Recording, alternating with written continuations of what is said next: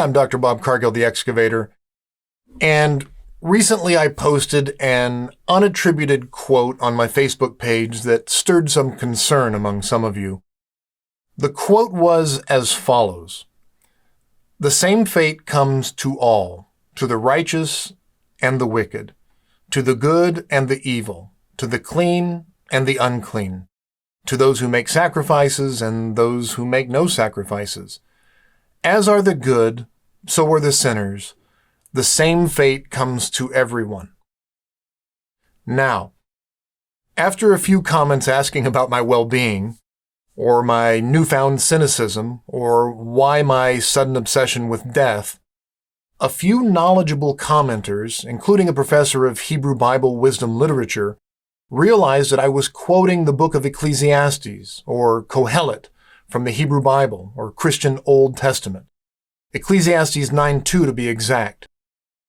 And in an effort to show everyone that I wasn't about to jump off a bridge, I explained on Facebook what I thought the author of Kohelet was saying when he wrote this verse.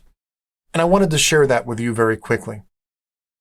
What Kohelet is saying, essentially, is everyone dies, and everyone stays dead, both the righteous and the evil.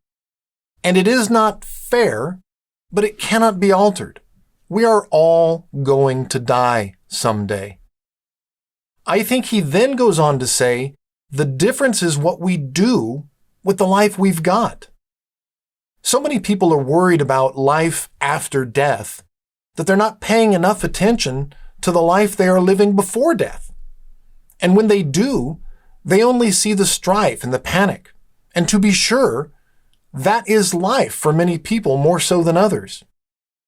But what Kohelet or Ecclesiastes is encouraging us to do is to find the joy in the one life we've got.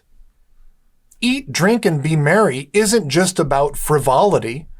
It's about making the world what we want to make of it, to the extent that we can. We are all creators who can build our nests, our homes, and cultivate our gardens, our spaces, build our businesses, raise our families, and make small investments in their futures. Our legacies are the things we leave behind, our contributions to the world around us. That can include our children, but also the art and music we've created for others to enjoy, our research that advanced the world's knowledge, and our service that made others' lives just a little better when we could. We do what we can to live the best life we can, not because there's some guaranteed otherworldly reward awaiting us, but because this is the only life we've got, and the same fate awaits us all. So we might as well make the very best of what we've got while we can in a manner that will make others say, "That was a righteous person. I'm glad I met them. Look what they accomplished, not just for themselves, but for all those around them." As they gaze upon a child, or a family, or a beautiful piece of art, or read a book, or walk through a church or a homeless shelter or a campground that was cared for by a dedicated servant, without whom these places would not have been as bright or as cheery or as memorable. Ecclesiastes 9:2 isn't cynical. It's inspiration. It's a 2-minute warning. You only get one life, and the same fate awaits us all, and the clock is ticking. So hop to it. Get off your bum. Make a difference. Help someone, even if it's yourself.